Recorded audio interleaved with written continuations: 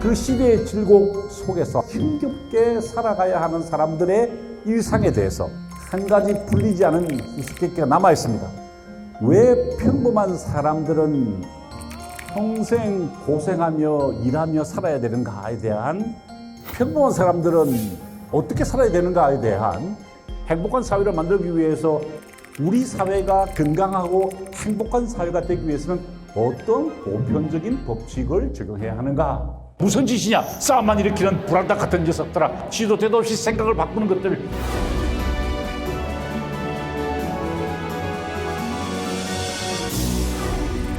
고대 그리스와 로마의 사례를 통해서 생각해보는 그런 시간이 되었으면 좋겠습니다.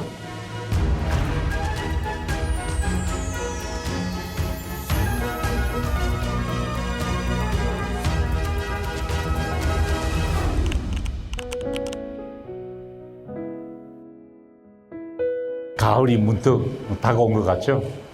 정말 가을이 우리 앞에 갑자기 이렇게 다가온 것 같습니다.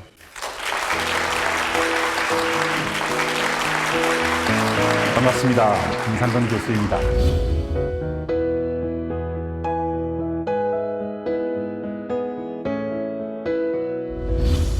가을에 오면은 그런 생각을 하게 됩니다. 우리도 이 가을처럼 성숙해지고 넉넉해지면 좋겠다, 이런 생각을 하게 되는데요.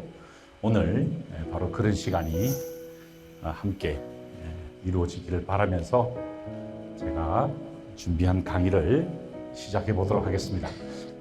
대한민국의 국호는 민주공화국이죠.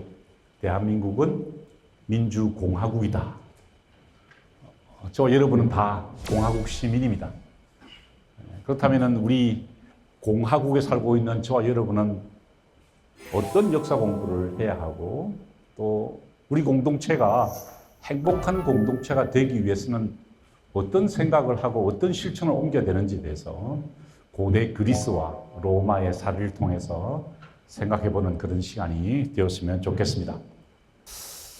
제가 참 좋아하는 도시가 있습니다. 바로 그리스의 아테네인데요.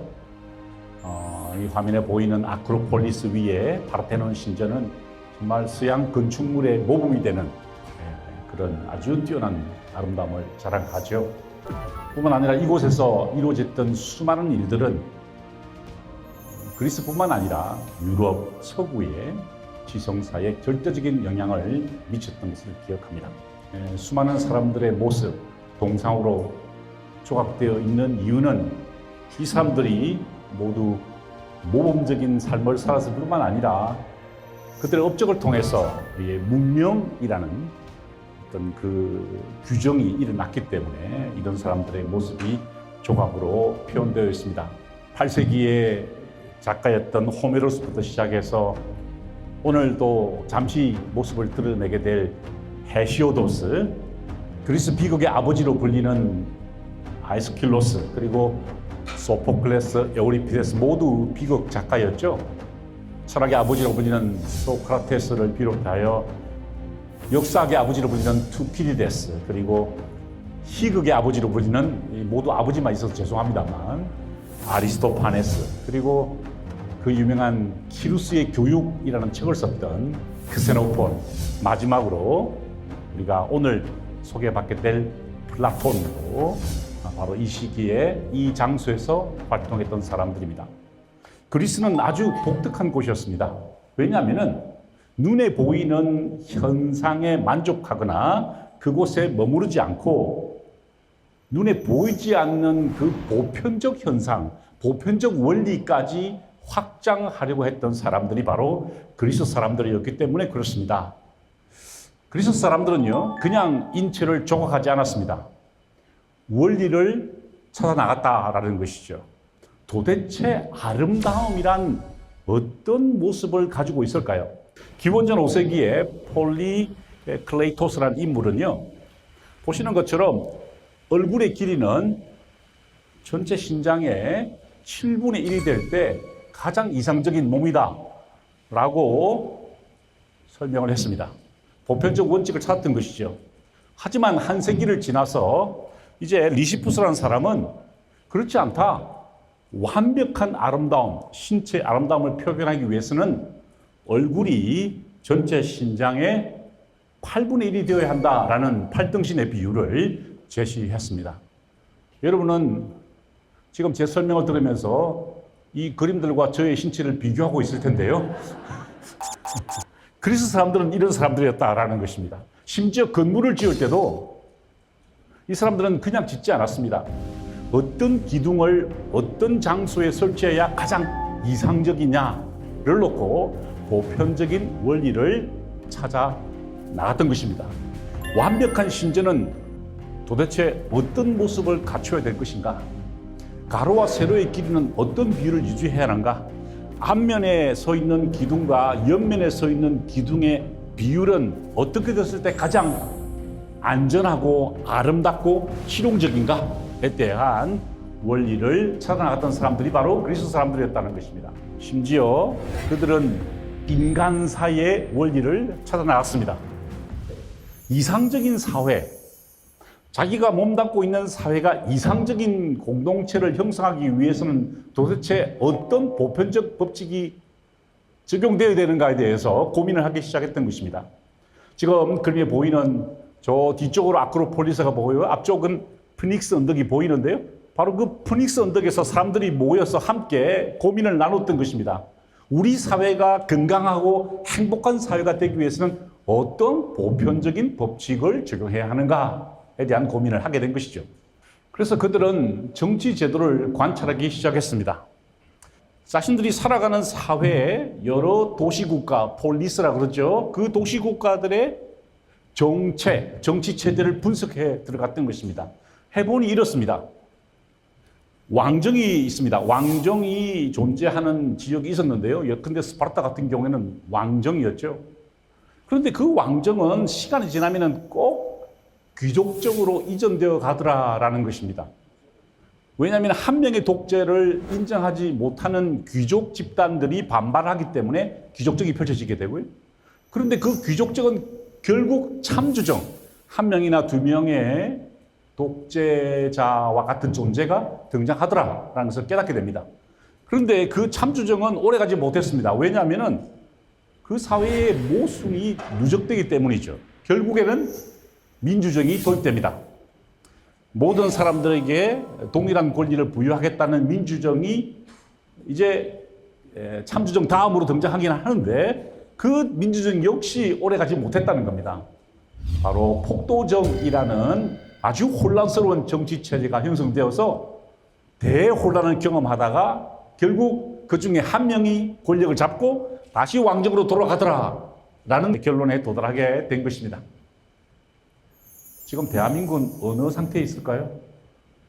네, 그건 여러분의 관점에 따라서 다 다르겠죠. 어쨌든 이 그리스 사람들은 정치의 변화 가운데서 도대체 어떤 원칙이 적용되는가에 대해서 심각한 고민을 하게 된 것이죠. 예컨대 소크라테스는요, 그가 가르쳤던 교육은 절대로 개인의 출세나 개인의 영달을 위한 것은 아니었다라는 것입니다.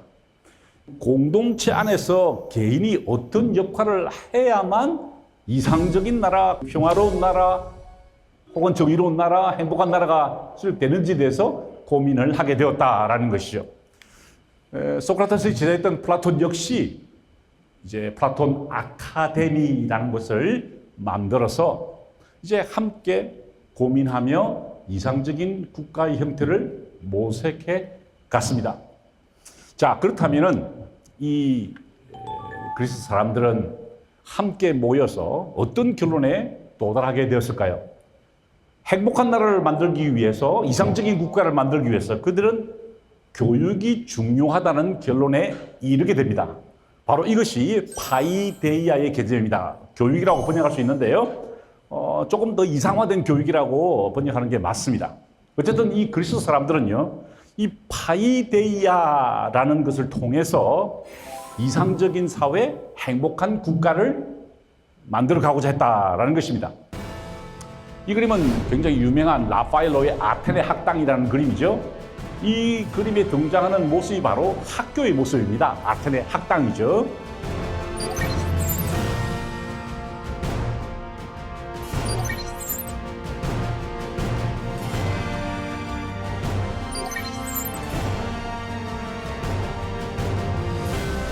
이곳에서 사람들은 함께 모여서 교육을 통해서 파이데아를 통해서 이상적인 행복한 국가를 만들어 보자라는 고민을 하게 된 것입니다.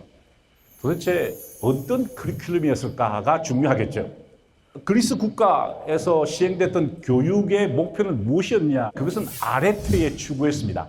탁월함의 추구였다라는 것이죠. 왜냐하면 행복한 사회를 만들기 위해서는 지도자는 탁월해야 합니다. 그렇다면 탁월함을 어떻게 양성할 것인가에 대해서 고민을 할 수밖에 없었던 것이죠. 일반 교육, 그러니까 직공을 위한 교육은 아레테 교육이라고 하지 않았고요. 테크네라고 불렀습니다. 기술이라고 번역할 수 있습니다. 바로 이런 테크네는 일반 도공들 같은 사람들, 일반 직능인을 위한 것이었습니다. 하지만 지도자들을 위해서는 아레테라는 탁월함의 추구를 교육의 목표로 삼았다라는 것이죠. 다시 말씀드리면 그리스의 교육, 그리스의 파이데아는 개인의 완성이나 출세를 위한 도구가 아니었다라는 것입니다. 국가의 일원으로서 지도자가 되는 방식에 대해서 가르치고 그 모든 노력들이 우리 모두를 행복하게 만들어야 한다라는 전제를 가지고 있었다라는 것이죠. 따라서 교육은 공동체의 모색이었습니다. 개인의 노력이 아니었다라는 것이죠. 자, 그래서 처음 등장한 커리큘럼이 바로 호메로스의 일리아스라는 책이었습니다. 호메로스는 기원전 8세기의 시인이었고요. 작가였습니다. 이 사람은 트로이 전쟁의 역사를 기록한 일리아스를 통해서 그리스의 첫 번째 스승이 되었다라고 알려져 있습니다. 여러분 아마 스티브 잡스라는 인물을 기억하실 겁니다. 애플을 창업하셨고 아이폰을 만드신 분이죠. 그분께서 잠시 대학에 다녔는데 그 대학의 이름이 리드 칼리지였죠. 그 리드 칼리지는요, 입학 통지서와 함께 호메로스의 책을 학생들에게 선물로 보낸다라고 합니다. 지금도 그런다고 그래요. 왜 그럴까요? 교육의 출발점이 바로 이 책에 담겨 있다. 일리아스에 담겨 있다. 바로 그런 이유일 겁니다. 이 호메로스의 일리아스는요, 아킬레우스와 헥토르와 같은 트로이 전쟁의 영웅들의 이야기를 담고 있습니다. 이 두 사람은 지도자로서 탁월함을 추구해야 했습니다. 목숨을 걸고 싸워야 했다 이겁니다. 자, 그런데 이런 탁월한 영웅이 되기 위한 지도자 교육, 아레테 교육은 곧 문제점이 발견됩니다. 어떤 일일까요? 지도자가 아레테를 발휘해서 영웅이 되는 것은 좋은데 지나치면 어떻게 될까요? 독재의 위험이 있다라는 것입니다.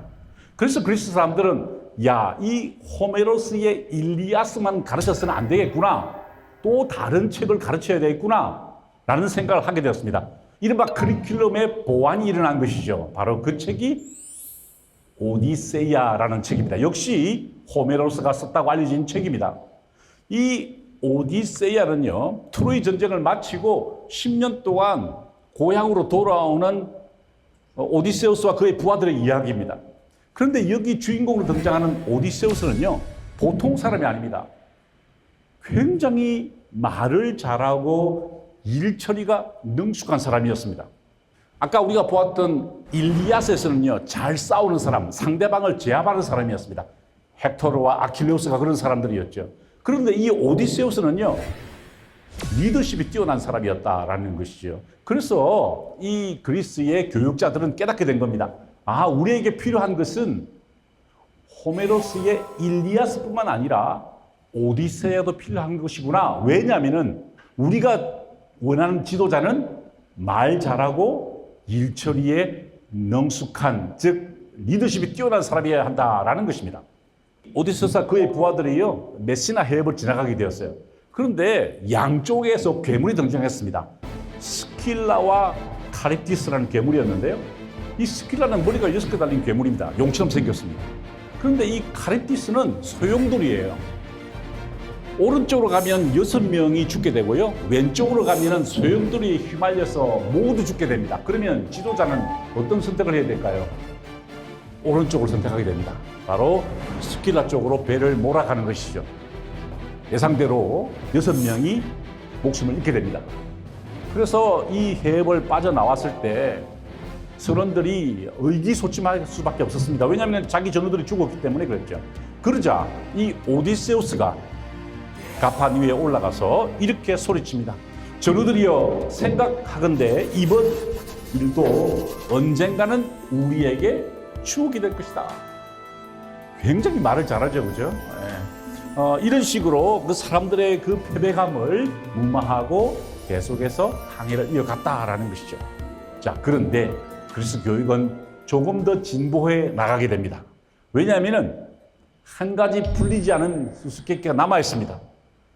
왜 평범한 사람들은 평생 고생하며 일하며 살아야 되는가에 대한 그런 고민입니다. 평범한 사람들은 어떻게 살아야 되는가에 대한, 그들을 위한 교육은 도대체 무엇이어야 되는가에 대한 고민이 시작된 것이죠. 바로 이 고민을 해결하기 위해서 그리스에 또 다른 스승이 등장했으니 바로 헤시오도스란 인물이었습니다. 이 사람은 실제로 목동이었습니다. 가난한 사람이었죠. 평생 노동해야 했던 사람입니다. 그런데 이 사람은 어떤 경험을 통해서 뛰어난 문학적 영감을 얻게 되었고요. 일들과 날들, 그리고 신통기라는 책을 통해서 이제 농촌에서 힘겹게 살아가야 하는 사람들의 일상에 대해서, 그들의 교육에 대해서 강의를 하게 된 것입니다. 그 이전까지 지도자를 위한 교육에서 아레테는 탁월함에 추구했습니다. 영웅이 되는 것이었습니다. 말을 잘하고 일진을 잘하는 것이었어요. 그런데 이제 평범한 사람들을 위해서, 노동하는 인간들을 위해서 탁월함은 아레테는 성공이라는 개념으로 발전하게 됩니다. 자, 그러니까 탁월함은 이제 더 이상 왕족이나 귀족의 덕목이 아닙니다. 땅을 일구는 평범한 농부들이 성공을 위해서 노력하는 것이 바로 탁월함이라는 개념으로 정립되고 되고요. 고대 그리스에서의 행복한 사회 만들기 제 첫 번째 장면은 바로 모든 사람들이 땀 흘려 일하면서 아레테, 즉 탁월함을 추구하는 것이다 라는 것이죠. 왕족이나 귀족이나 평민이 모두 함께 아레테를 추구해야만 그 사회가 행복한 사회가 된다라는 개념이 정립되게 되었습니다.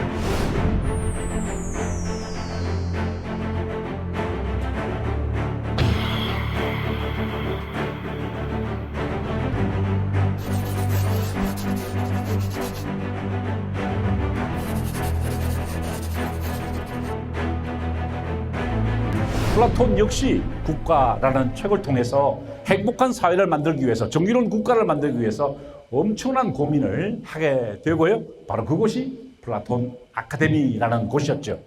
그는 이렇게 이야기했습니다. 정의로운 국가를 건설하기 위해서 먼저 통치자는 지혜가 있어야 한다. 수호자는 용기를 가져라. 그리고 일반인은 절제하라 라고 가르쳤습니다. 이것이 바로 정의로운 국가다라고 이야기했던 것이죠. 자, 그렇다면 이 플라톤의 프레임을 그대로 우리 한국 사회에 적용하면 대통령은 무엇을 가져야 될까요? 지혜를 가져야 됩니다. 공무원들은 뭘 가져야 될까요? 용기를 가져야 됩니다. 일반 시민들은 절제해야 합니다. 이것이 바로 정의로운 나라의 기본 덕목이다라는 것이죠. 이것은 단순히 국가만의 문제가 아닙니다. 학교, 회사, 가정, 나 자신 모두가 사실은 여기에 적용될 수 있습니다. 저는 아들이 하나밖에 없는데요. 제 아들에게 늘 이렇게 이야기합니다. 아들아, 우리 집안의 통치자인 너의 어머니는 지혜를, 수호자인 나는 용기를, 유일한 아들인 너는 절제를, 이렇게 항상, 그게 바로 이상적인 가정이다라고 제가 늘 강조하는데요. 바로 플라톤은 이런 점을 강조했던 것입니다. 자, 그렇다면은 수호자가 중요합니다.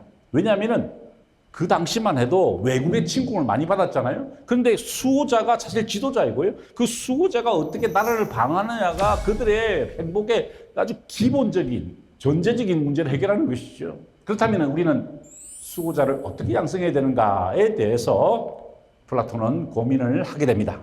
그것이 바로 그 유명한 동굴의 비유입니다. 아마 여러분 이 동굴의 비유는 배우셨을 겁니다. 사람들이 포로로 잡혀 있습니다. 셔츠에 묶여 있고요. 앞만 바라보게 되어 있습니다. 그런데 그 뒤에서 보시는 것처럼 환영이 움직이며 그 벽면에 환상이 보이고 있습니다. 이것은 실체가 아닙니다. 그냥 그림자일 뿐입니다. 플라톤이 이야기했던 것은 뭐냐면은 행복한 사회를 만들기 위해 수호자들이 해야 할 일은 쇠사슬을 끊고 밖으로 나가는 것이다 라는 것입니다. 환영을 보는 것이 아니라 쇠사슬을 끊고 밖으로 나와서 진정한 태양을 바라보는 것, 그것이야말로 교육의 목표여야 한다라고 제시하게 된 겁니다. 플라톤이 이야기했던 것은 여기서 그치지 않았습니다. 밖으로 나간 다음에 태양을 본 다음에 그 다음 해야 할 행동이 있습니다. 그것이 무엇일까요? 바로 다시 방향을 돌려서 동굴 안으로 들어가는 것이었습니다. 왜냐하면 동교 시민들이 그 동굴 안에 갇혀 있고 쇠사슬에 묶여 있기 때문이죠. 자, 그렇다면 진정한 수호자는 방향을 돌려서 다시 그 동굴 안으로 들어가 동료 시민들을 구출해서 내야 한다는 것입니다. 그것이 바로 행복한 사회를 만들기 위한 수호자의 사명이다라는 것이죠. 플라톤은 말만 그렇게 하지 않았습니다. 실제로 그는 3번이나 시치리아를 방문했어요. 그곳에 참주를 설득하려고 합니다. 그런 식으로 해서는 안 된다라고 설득하려고 하다가 2번이나 죽을 뻔한 경험을 하게 되죠. 그는 말로만 행복한 사회를 만드는 사람이 아니라 몸으로 실천하는 사람이었다라는 것입니다.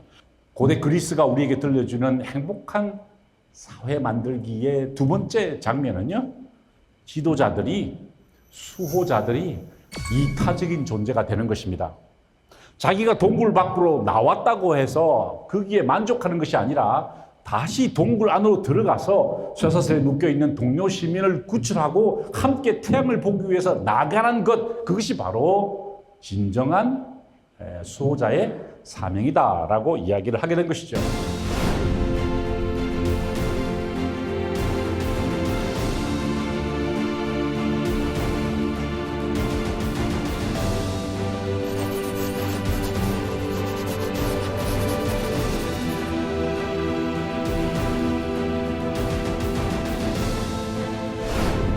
이제 3번째로 넘어갑니다. 이소크라테스라는 인물입니다. 여러분은 소크라테스는 들어보셨는데 이소크라테스는 처음 들어보실 겁니다. 이소크라테스는요, 상당한 명망가였습니다. 수사학교를 창립했고요. 그리고 이 수사학교에서 많은 그 변론수를 가르쳤던 그런 인물입니다. 이소크라테스는 그리스의 지도자들에게 편지를 썼습니다. 여러 편지를 썼는데 이제 몇 개가 남아 있기는 합니다. 왕에게 직접 편지를 썼습니다만 그 편지를 사본으로 만들어서 전 지중해에 뿌렸습니다. 왜 그렇게 했을까요? 그는 이렇게 생각한 겁니다. 왕에게 편지를 보내고 이 편지가 모든 사람들에게 알려져 있다는 것을 알게 되면 왕이 조심할 거라는 거죠. 이소크라테스는 아주 교묘한 정치적 장치를 동원해서 지도자 교육에 나서게 된 것이죠. 사람들이 전하에게 선물을 바치는 것은 그들이 전하로부터 무엇인가를 얻기 위함입니다. 하지만 저는 진정한 선물을 드립니다. 왕국을 훌륭하게 다스리기 위해 전하가 힘써 추구해야 할 것이 무엇인지 알려드리는 것입니다. 오히려 다른 어떤 사람들보다도 철저하게 교육받아야 할 그들은 권자에 앉는 순간부터 아무런 충고나 훈계 없이 생활합니다. 사람들 대부분은 그들과 가까이 하려 하지 않고 그들 곁에 있는 사람들도 대개는 그들의 환심을 사기 위해 그들 군왕들과 교제할 뿐입니다. 주위에 아부하는 사람들이 모여든다라는 것이죠. 사람들을 사랑하고 자신의 국가를 사랑하는 사람이 되어야 합니다. 대중을 가장 잘 섬기는 정부가 가장 오래 갑니다. 그렇습니다. 대중을 가장 잘 섬기는 정부가 가장 오래 간다라는 편지 내용을 왕에게 보내면서 이걸 일반 국민에게 공개한 이유는 무엇일까요? 대중을 섬기지 않은 정부는 좋은 정부가 아니라는 것을 알려주는 것입니다.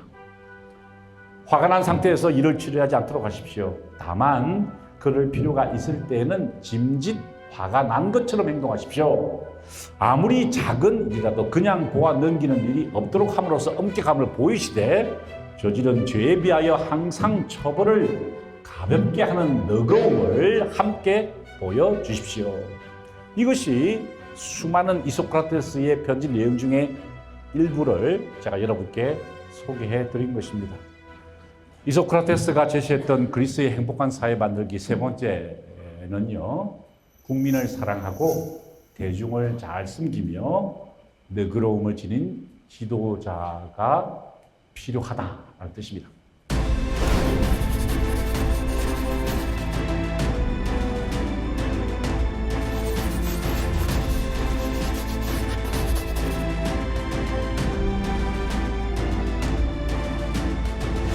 자, 이제 그리스를 지나서 로마로 가보겠습니다. 그리스는 뭐 다양한 국가가 형성되었습니다만 그래도 민주적인 정체를 유지해 나갔죠. 하지만 이 로마는요, 처음에 왕정으로 시작되었다가 그 다음에 공화정으로 갔다가 다시 제국, 즉 제정으로 이어졌던 곳입니다. 자, 여기서 제가 하나 강조하고 싶은 것은 민주주의와 공화주의의 차이입니다. 우리가 이 문제를 심각하게 생각하지 않습니다. 왜냐하면 우리가 흔히 민주주의와 공화주의가 하나라고 생각하는데 그렇지 않죠. 민주주의는 뭡니까? 민주주의의 원칙은요, 다수의 지지를 받은 다수당의 정책과 결정을 따른다는 것입니다. 다수당의 지배를 인정한다는 것입니다. 하지만 공화주의는 그것과 조금 다릅니다. 부당한 지배를 받지 않겠다는 것입니다. 비지배의 자유라고 표현하는데요, 삼권분립을 지켜서 내가 국왕이나 혹은 독재자의 지배를 받지 않겠다는 것이 바로 공화주의입니다. 저는 공화주의자에 굉장히 가깝습니다. 왜냐하면 부당한 지배를 받고 싶지 않기 때문이죠. 이 공화주의를 처음 시도한 나라가 바로 로마입니다. 로마 공화정이라고 하죠. 그런데 이 공화정이 위태롭습니다. 왜? 모두 다 자신의 권리를 주장하게 되니까 어떤 일이 벌어질까요? 권력 투쟁이 일어나고 계급 간의 갈등이 일어나더라라는 것이죠. 3대 정치가 펼쳐졌습니다.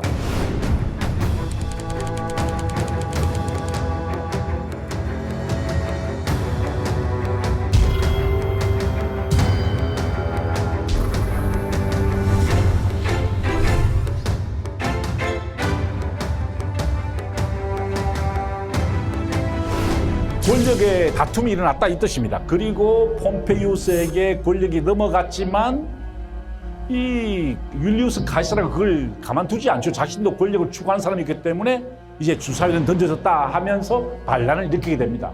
그래서 결국 폼페이우스는 아프리카에서 죽게 되고요.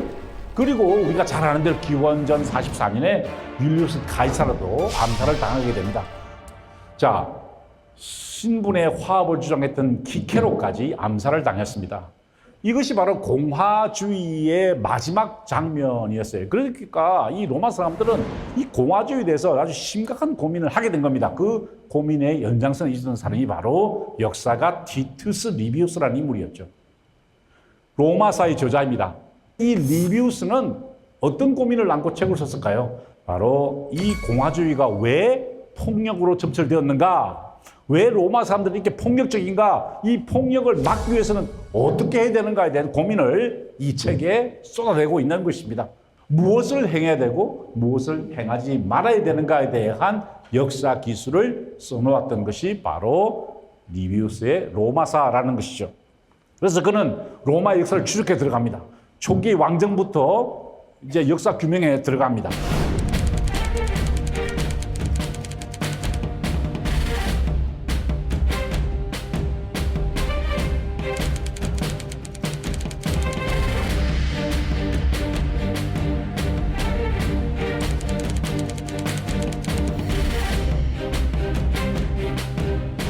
우리가 잘 아는 대로 로마는요, 로물루스와 레무스라는 두 형제가 늑대젖을 먹으면서 성장하고 이 두 형제가 서로 이제 성장해서 결국에는 권력 투쟁을 일으키게 된다는 내용으로 이어집니다. 로마를 건국하게 되었는데요, 이 두 형제가 서로 영토를 놓고 싸우다가 결국에는 형제가 서로 죽고 죽이는 그런 사륙전을 벌이게 되고 로물루스가 나라를 만들게 되죠. 그래서 로마라는 나라가 창건되게 됩니다. 로마라는 나라는 왜 이렇게 폭력적인가에 대한 규명을 하기 위해서 이 이야기를 강조한 것이죠. 리비우스에 의하면요, 로마는 어떤 나라일까? 바로 비천하고 무지한 사람들이 모인 나라다라는 것입니다. 심지어 범죄자들이 모여서 만든 나라다라는 것이죠. 그들이 첫 번째 거주자였다라는 이야기를 하면서 로마에서의 폭력은 필연적이었다라고 설명을 합니다. 자, 그렇다면 그 필연적 폭력을 막기 위해서, 행복한 사회를 만들기 위해서 로마는 무엇을 해야 했을까요? 바로 엄격한 법의 준수라는 제도를 만들게 됩니다. 로마를 창건했던 로무루스는요, 자신의 왕권을 상징하기 위해서 12명의 릭토르를 대동하고 다녔습니다. 그리고 그 릭토르는요, 항상 파스케스라는 것을 들고 다녔습니다. 지금 어깨에 메고 있는 것인데요.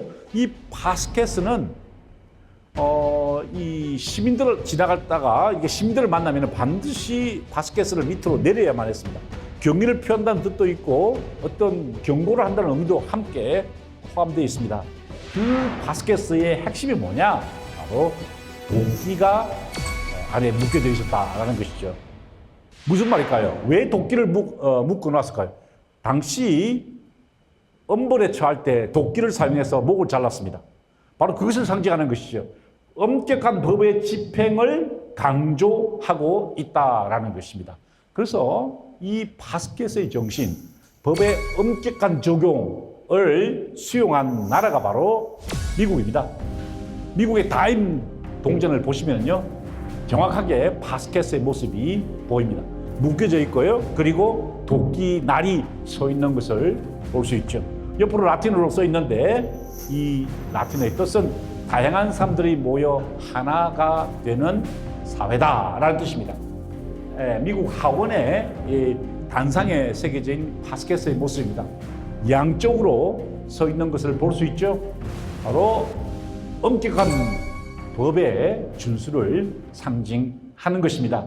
미국이란 나라가 오늘의 세계 초강대국으로서 자리 잡을 수 있게 된 배경 중에 하나는 미국의 건국자들이 바로 이 엄격한 법의 적용에 대해서, 공화주의적 정신에 대해서 유념했기 때문입니다.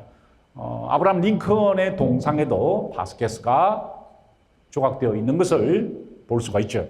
자, 그렇다면 우리는 로마를 통해서 어떤 교훈을, 어떤 역사 공부를 하게 되었습니까? 다양한 구성원들, 심지어 다른 나라에서 몰려든 범죄자들이 모여 사는 로마 사회지만 서로 존중하고 함께 법을 지켜야 한다라는 것을 강조하고 있습니다. 행복한 사회를 만들기 위해서는 반드시 법의 준수가 필요하다라는 것이죠. 자, 이제 마지막입니다. 로마 제정 시기에 일어났던 일인데요. 우리가 그 시대의 일을 한번 되돌아보는 이유는 지금 우리가 처한 시대의 절박함 때문이기도 합니다. 자, 이제 AD 198년에 카라칼라라는 인물이 등장하게 됩니다. 카라칼라는 이른바 3세기의 위기를 제공했던 인물입니다. 바로 그 3세기의 대혼란을 일으킨 인물이 바로 카라칼라입니다. 보시는 것처럼 인상이 좀 고약하죠, 그죠? 이 조각은 사실 많은 곳에 흩어져 있습니다. 폴게티 뮤지엄, LA에 있죠. 그리고 나폴리에, 미국에, 영국에, 독일에, 프랑스에 이 사람의 조각이 없는 곳이 없습니다. 왜 그럴까요? 이런 지도자가 되면 안 된다는 뜻입니다. 이 사람을 닮지 말라는 뜻이에요. 이 사람은 자기 동생 게타를 처참하게 죽이고 권력을 찬탈했습니다. 그리고 자신의 무능을 숨기기 위해서 페르시아 원정에 갔다가 결국에는 그곳에서 죽음을 당하게 되죠. 로마 역사가 에드워드 기본은요, 그를 강탈과 잔혹성에서 인류 공통의 적이었다라고 평가했습니다. 그만큼 문제가 있는 인물이었고, 이 사람 때문에 로마 제국이 멸망하게 되었다는 것입니다. 자, 그런데 그 시대에 한 역사가가 있었으니 그 역사가 이름은 카시우스 디오라는 인물입니다. 이 카시우스 디오라는 인물이 그 시대의 역사가였는데 자신의 그 황제를 바라보면서 이 사람이 교훈을 줘야 되겠다 생각하게 된 거죠. 그래서 끄집어낸 이야기가 바로 로마의 역사입니다. 로마가 어떻게 창건되었는지 그 시대 이야기를 복귀하면서 이제 지금 황제에게 경고의 메시지를 날린 것이죠. 바로 카시우스 디오의 로마사입니다. 로마 제국의 창건자인 바로 아우구스투스의 생애를 다룬 부분이죠. 이 옥타비아누스, 즉 아우구스투스가 되는 이 인물에게 용기를 불어넣어준 사람이 있습니다. 바로 두 명의 친구였던 것이죠. 이 아우구스투스의 그 두 친구에게 아우구스토가 질문을 던졌습니다. 내가 이제 로마 제국을 창건하려고 하는데 당신들 생각은 뭐냐? 지지하냐 반대하냐? 라고 물었던 것입니다. 아그리파는 반대합니다. 왜냐하면 첫째, 이 아우구스투스가 몸이 굉장히 약했습니다. 간질병 증상이 있었거든요. 그래서 하지 마라라고 조언합니다. 만약에 당신이 황제가 되면 내가 제일 이득을 보겠지만 진정한 친구로서 나는 당신이 하는 걸 반대한다 라고 이야기를 하죠. 자, 그러자 이제 아우구스투스는 반대편에 있던 마이케나스에게 묻습니다. 이 마이케나스에게 질문했을 때 마이케나스는 지지합니다. 이렇게 이야기하죠. 만약 당신이 백성들로 하여금 어떻게 행동하기를 바라신다면 당신이 먼저 그렇게 행동하십시오. 백성들을 협박하여 공포에 떨지 않게 하십시오. 솔선수범으로 백성들을 가르치지 않으면 단지 공포심 때문에 복종하게 될 것입니다. 당신은 이미 무대 위에 올랐고 전 세계 사람들이 당신을 지켜보고 있습니다.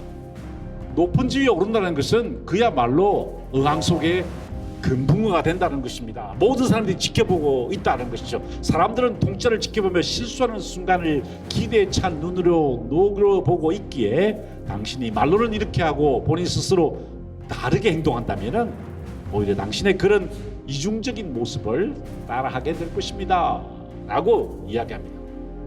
오히려 정신의 모습을 보여주셔서 모범이 되시기 바랍니다.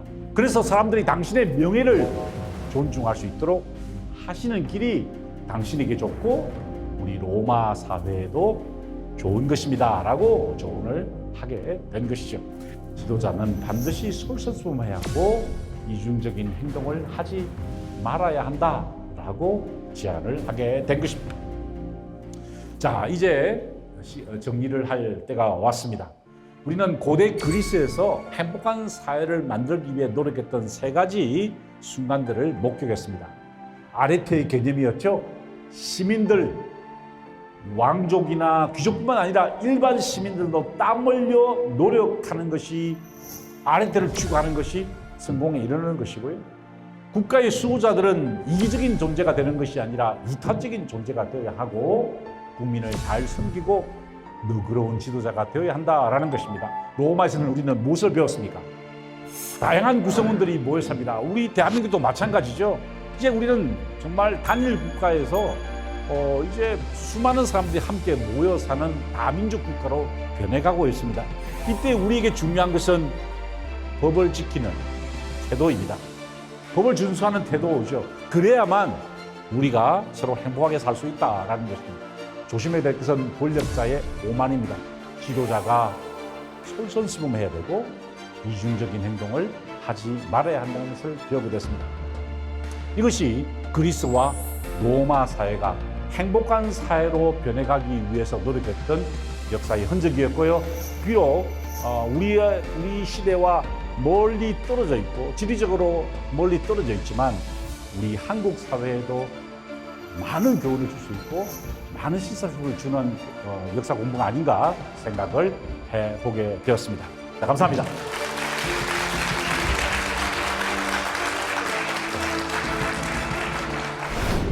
오늘 여러 가지 얘기해 주셨는데요. 제가 개인적으로 느끼기에는 좀 교육의 중요성을 강조해 주셨다. 저는 그렇게 느꼈습니다. 저는 심리학자고 또 구체적으로는 사회심리학을 하고 있습니다.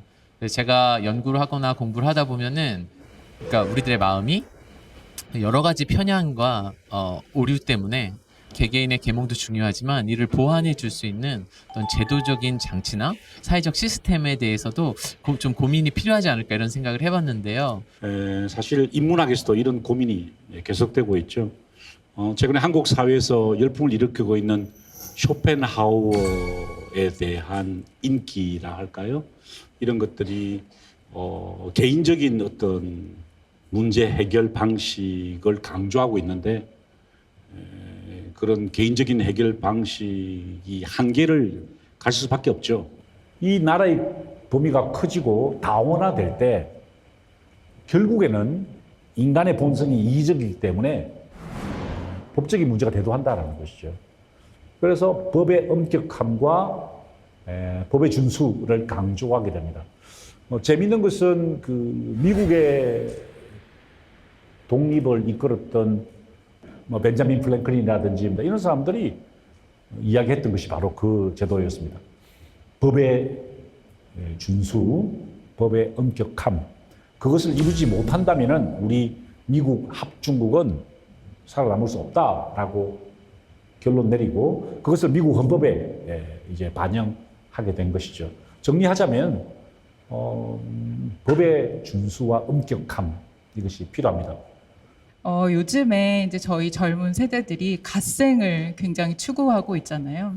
이 갓생이라는 것이 어떤 생산적인 목표를 세워놓고 이제 굉장히 부지런하고 열심히 그 목표를 달성하기 위한 어떤 삶을 살아가는 것을 뜻하는데 어떤 면에서 오늘 교수님께서 말씀해 주셨던 아랫대를 추구하는 삶 이것과 또 연결되는 부분도 있는 것 같지만 또 다른 점도 있지 않나 하는 생각이 듭니다.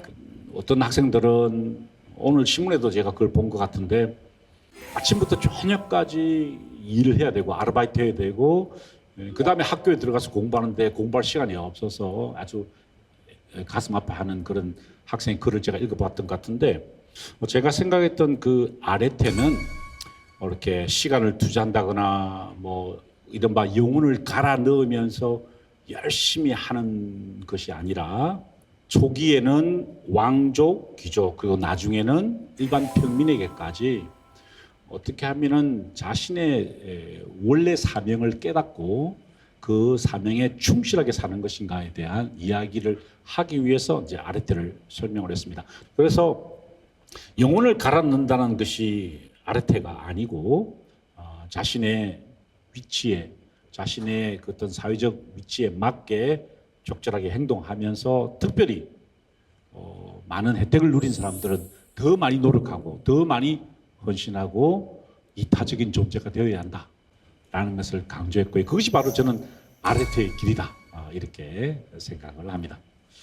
아까 제가 지도자들은 두 번의 방향전을 해야 된다라고 했던 것 같은 이야기죠. 보통 사람 같으면 그냥 밖으로 나와서 태양을 보며 만족하면 됩니다. 하지만 지도자들은 절대로 그래서는 안 되고요. 다시 방향을 돌려서 동굴 안으로 들어갈 각오를 해야 하는 것이 탁월한 지도자의 덕목이 아닌가. 요즘에 또 젊은 세대들은 특히 이제 정의, 공정성 이런 것에 대해서 굉장히 관심이 많은데 정의로운 사회를 구현하려면 우리가 무엇을 고민해야 할까 하는 질문이었거든요. 플라톤의 평생에 걸친 과업이 정의로운 사회 구현이었습니다. 왜냐하면 자기 스승 소크라테스가 기원전 399년에 임종하는 모습을 지켜보았거든요. 그건 정의롭지 않다고 보았습니다. 그래서 이제 소크라테스의 죽음을 계기로 이제 플라톤이 정의로운 사회를 만들기 위해서 우리는 어떻게 해야 되는가 그래서 고민을 했죠. 그래서 국가라는 책을 쓰게 되었습니다. 그 다음에 이제 중요한 이제 플라톤적인 개념을 보면은 결국에는 모든 구성원들이 각자의 자리에서 효용감이라고 할까요? 그 심리학적 용어죠. 그런 것들을 느끼는 상태를 행복이라고 표현했습니다. 그래서 그 행복을 위해서 지도자, 그다음에 수호자, 일반 시민들이 각자의 효용감, 그러니까 자신의 존재감이 잘 드러나는 곳이 이상적인 곳이다라고 이야기를 했죠. 하루하루 속에서 의미를 발견하고 네. 자신의 효능감을 느낄 수 있는 그런 의미론적인 측면의 행복을 다 포괄해 주신 것 같아서 네, 그렇군요. 현대 심리학의 연구하고도 뭐 일관됐다고 생각이 됩니다. 저희는 네. 또 현실을 이 사회를 살아가고 있기 때문에 그 사이에서의 균형을 찾는 것이 정말 중요할 것 같습니다. 네, 감사합니다. 감사합니다. 감사합니다.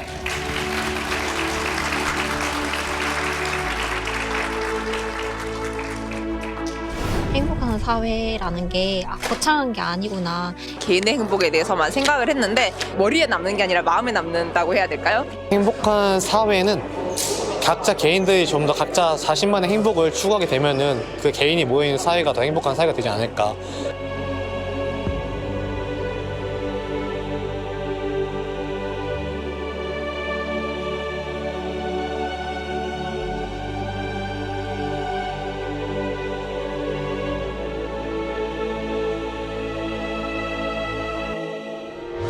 의견 있는 경제 채널 SBS 비즈